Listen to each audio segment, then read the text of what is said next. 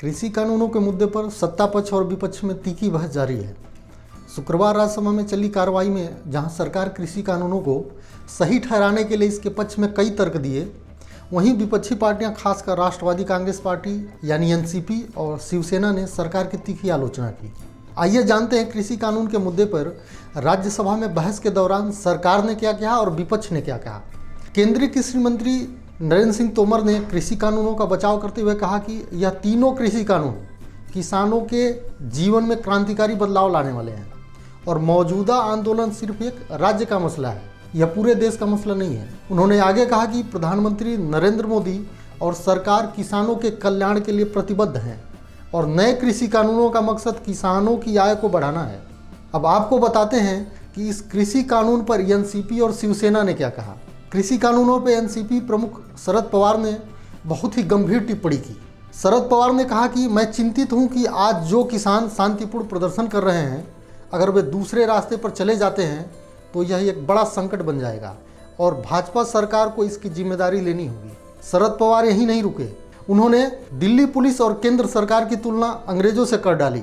शरद पवार ने कहा कि किसानों को रोकने के लिए जिस प्रकार बैरिकेड्स बनाए जा रहे हैं और सड़कों पर जिस प्रकार कीले और कंटीले तार लगाए जा रहे हैं, ऐसा तो अंग्रेजों के शासन के दौरान भी नहीं हुआ था। किसानों के मुद्दे पर मुखर रही शिवसेना ने राज्यसभा में कृषि कानूनों और किसानों और पत्रकारों के खिलाफ दर्ज हो रहे देशद्रोह के मुद्दे पर खूब अपनी भड़ास निकाली।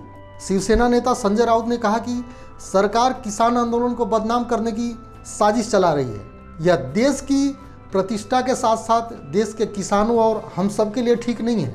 उन्होंने आगे कहा कि 26 जनवरी का मुख्य आरोपी अभी तक पकड़ा नहीं गया, जबकि 200 से अधिक किसानों को जेल में बंद करके उनके ऊपर देशद्रोह का मुकदमा दायर कर दिया गया है। शिवसेना के नेता ने कहा कि पंजाब, हरियाणा और पश्चिमी उत्तर प्रदेश के किसान पूरे देश के किसानों की लड़ाई लड़ रहे हैं। कृषि कानूनों के खिलाफ यह लड़ाई सिर्फ 3 राज्यों की लड़ाई नहीं है, पूरा देश उनके साथ है। संजय राउत ने कहा कि किसानों और सिखों को देशद्रोही और खालिस्तानी कहकर बदनाम किया जा रहा है। उन्होंने आगे कहा कि हमारे सिख भाई जब मुगलों के खिलाफ लड़ाई लड़े तो योद्धा कहलाए, अंग्रेजों से लड़े तो देशभक्त कहलाए और कोरोना के समय लंगर लगाए तो देश प्रेमी हो गए, लेकिन अब जब वह अपने हक के लिए लड़े तो खालिस्तानी और देशद्रोही हो गए।